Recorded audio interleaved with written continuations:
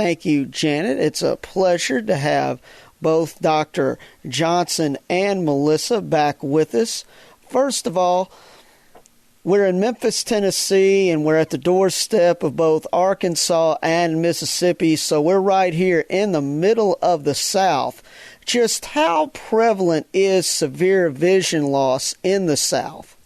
Well, the South, I think you made a good point, because we're in a tri-state area, and the South is really home to more than three-quarters of the counties in the entire South of the highest rates of severe vision loss.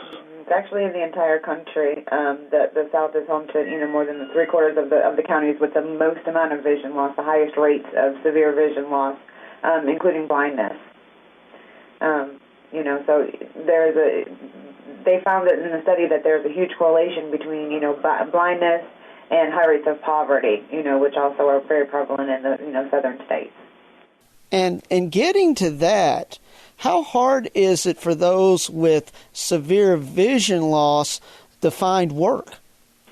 Well, I think that goes hand in hand, where the government, ADA, has required handicap accessibility in bathrooms and accessibility into offices and stores and different buildings.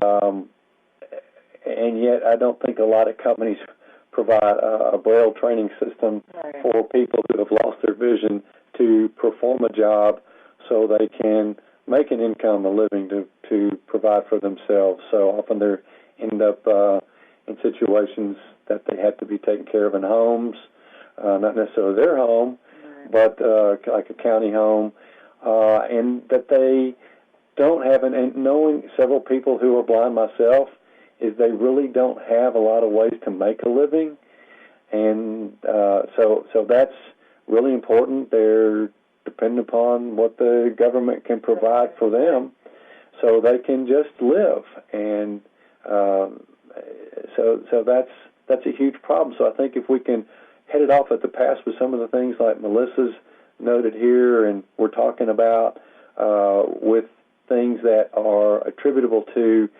their involvement in their potential reason for them having gone blind, is something huge. There's 4 million people in this country that, let's just say, just have glaucoma. 2 million of those will go blind this year in this country, and that's every year. And it's something that's so preventable with using proper sunglasses and getting proper nutrition and seeing your eye doctor regularly. It can't be stopped once it's already begun, but, it's definitely preventable. And most of the time, Vance, people tend to think, we hear this over and over again every day as we examine patients, but if I see fine, I'm doing fine, or I'll get glasses when I can't see, or I'll come to see, I'm going to the drugstore to pick up these readers, but what they don't realize is there's a lot more to their peripheral visual system that they can be losing vision from that they can't detect.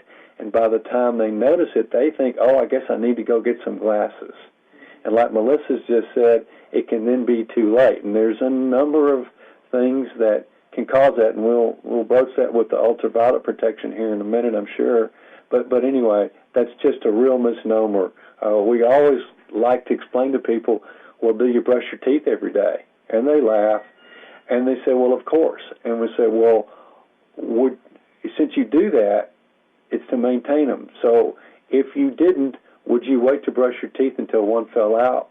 Which we think parallels, are you waiting to get your eyes examined until you can't see? What would you rather outlive in terms of sense? Not that teeth are a sense, but they do help you eat. None of us want to outlive our vision, but we have not been educated that way, and we're discussing a number of topics that connect to blindness, vision loss, as you've mentioned, and people trying to find work, as to the fact that they don't need to be thinking that my vision is fine, that means I see fine, my eyes are fine. They're not thinking about health. They're thinking more about health when it comes to their teeth, I think, than they do their vision. But anyway, we stress this point, and people get it once we've kind of gone over that. but we just don't have the opportunity to educate the whole world. Dr. Johnson, what about that adequate UV protection from sunglasses? How can people come into Eyewear Gallery and get those sunglasses screened? First of all, we want to make sure that people's eyes are protected, and many people end up getting a cute pair of glasses at a department store or Target or something like that, and they'll tell us, well, these are so cute, I got them for $10, I've got bunches of them, and they had those stickers on them that said they had UV protection, and we say, well, do you realize that your clear glasses have UV protection built into them too, and that the ones with the stickers on them may not be truly UV protective? Even some contact lens companies are claiming this now. So what we've been doing is, for those people that are patients or people who are not patients, is to use our lab facility that we have here on site and use our lens ultraviolet device to measure the amount of ultraviolet protection that they're actually getting when they have those lenses on that they picked up in the cube frame at the store, because sometimes they're better off not even wearing them. If the lens that is tinted which is like going into a dark room, causes the pupil to be larger, then they're more exposed to ultraviolet light and more damage than if they weren't wearing them at all, which is unbelievable, but it's true. Of course, we discussed this towards the end of the year in 2014, but food insecurity is a problem that is a year-round issue, and you have an association with the Mid-South Food Bank. Could you talk about food insecurity and its relationship to vision problems? I'm going to let Melissa talk about the kids part of this. But when it comes to nutrition, we see many people come in who are on a multitude of medications, and a lot of them are overweight, diabetic, which goes hand in hand, hypertension, which goes hand in hand with their weight, cholesterol problems as well, which goes hand in hand with both diabetes and weight. So when we look at people's health situations, we hate, to discuss their weight with them, but the nutrition aspect of their whole lifestyle, it's a change in lifestyle, and that paid more attention to. And they'll come in and say, oh, my doctor told me to lose 50 pounds, but just keep taking this medicine. And it costs this country millions and I'm sure billions of dollars, because, like you said earlier, people then have physical impairments and visual impairments. So that being the case, then our country has to support those people because they can't get work so they can live. So if they were educated, which again, we can't teach the whole world this, but and both Melissa and myself really appreciate your time on your program, that we can explain to a few people, that people need to eat green leafy vegetables to protect their central vision, or they may need to take a vision supplement that we would see after we would take photographs of the back of their eyes, which is a routine part of our examination when they come in. And then we would suggest different food types, and we just try to touch on that in a soft way so we don't offend them in terms of their weight.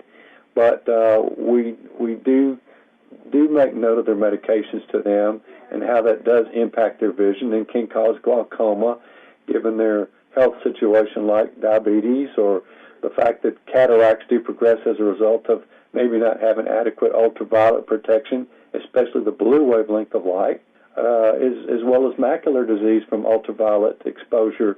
All of these things can be impacted by nutrition, and our attempt at trying to help people understand that if that's all that you wanted to know about that, before I pass the baton here to Melissa, who can talk about the children's aspect of this. Well, yeah, basically, food insecurity is something that affects Mid-South counties. Over 400,000 people in the Mid-South, which is really enough to fill the Liberty Bowl 6 times. And, like you said before, it's not something that is just in the, people think about it at Thanksgiving time and Christmas time and they're having all the food drives, but children in school, when they're out of school, don't get the free lunches and free breakfast that they receive during the school year. So that's why we've, kind of teamed up with the Mid-South Food Bank so that we can, participate in the food drive for the summer months to help the people that are, food insecure during the summer months as well, because, hunger doesn't go on break. So that's why we're participating in that, because there is such a huge correlation between nutrition, poverty, and vision loss. I like what Melissa just said about hunger not going on break because the school year has ended, and it's really sad that so many children don't get fed breakfast before they go to school, which is the most important meal for their little brains to start working to help them learn. And we know the future of this country is people becoming more and more educated so they can support those of us getting older and helping provide Social Security through their paycheck. But anyway, it's really important for those kids to be able to see. It's important for them to live a healthy life, which affects, we've spoken of vision, but it affects so many other parts of their lives in terms of being able or disabled. When it comes to macular degeneration specifically, how have certain supplements been shown to slow down the progression of that condition? It depends on the supplement. And there's been a lot of studies done, one of which is called the ARED study. And they've studied where in the past most people that had macular degeneration, let's say my patients maybe 15 years ago, when we would see that, most of which is age-related, and or genetic related, and potentially in combination with ultraviolet exposure back to the sunglasses that are appropriate. As far as macular degeneration and supplements that you're speaking of, when we see early signs of that after having examined their eyes and taken photographs routinely, whether we suspect somebody has a problem or doesn't have a problem, lots of times we pick up a problem when we take photographs. There are food groups, as we've mentioned earlier, green leafy vegetables, that have a carotenoid in them that is called zeaxanthin and lutein. And those two carotenoids are not produced in the body, but what they do is in the macular region, since you've mentioned macula, that is where light focuses when people feel like their glasses work or they don't work or they see with them or without them. In a tiny area, it's 100th the size of a pinhead. But when that area starts to deteriorate from genetics or ultraviolet exposure or poor diet, then we recommend a supplement that is not found in stores, that we do a lot of research on, that now we found that where 15 years ago a lot of people went blind, this supplement containing zeaxanthin and lutein actually stops the progression, or in many cases, most cases, and so then people are able to maintain their vision and are functional. They're not disabled. They're able to work and see, to do the things they want to do, and ones that become advanced by the time we've seen them, we still try to find visual aids that will allow them to function and see, to do the things that they say they love, and that's one thing we find to be very important. What do you love to see? What do you love to do? Spend time with my grandkids, or when I drive, I don't want to have to give up driving. I just want to be able to see, to read the newspaper or watch television in the news, read my Bible. I mean, there's lots of things that people will tell us that they need to see, and reasons being, you touched on macular disease, but it could be other sight-threatening problems that we find in the back of the eyes, and cataracts especially. But cataracts don't always need to be removed, and lots of times we can get people to see with a change in prescription. But I know you've addressed macular degeneration in particular, and I hope we've answered the question. Mainly, it's the supplements that we have that's carotenoids, but it also has some other antioxidants and some omega-3 fish oil, and it's a very specific supplement that we recommend that seems to alter that. There's other types of macular disease that are not the age-related form. Some of them are related, as we've already mentioned earlier, to health issues, mainly diabetes and hypertension. And in those cases, those people we cannot help with the supplement. We then have to have someone who specializes in treatment of the macula. And they usually get injections into their eye that helps keep blood from leaking into their central vision, which is the cause of that. And that's really sad. But again, that goes back to nutrition and health and it being caught soon enough and coming in for an eye exam every year, so it can be. And if that's done, it can be. Can you talk about a promotion that Eyewear Gallery has going through the end of July regarding food and glasses donations? I'm going to let Melissa tell you all about this one. She works on this pretty hard. Yeah, so, in the months of, in the rest of July, when you bring in your food or glasses donations, because we do take glasses donations as well, you can also bring in your sunglasses, and we can screen them for adequate UV protection with the UV meter that Dr. Johnson was mentioning before. So that's something that people can do anytime. You can drop those donations off. We'll be happy to accept them and happy to read your sunglasses at the same time. So I guess, like she's saying, we're combining the food contribution to help those in need through Memphis Food Bank, and then we are also combining the ultraviolet protection screening that kind of is in tandem with nutrition for people coming in with glasses. We know all the glasses that we produce are UVA and UVB 100% protected, but with other glasses, through maybe hearing this, or patients that, on your program, or patients that come in that have just heard this and decide, let me bring in those cute, cheap sunglasses that had the sticker on them and let me see if I'm doing myself any good besides looking cute. Finally, where is Eyewear Gallery located, and how can our listeners get in contact with you? We are located at 428 Perkins Extended, near the corner of Perkins Extended and Poplar. They can give us a call at 901-763-2020.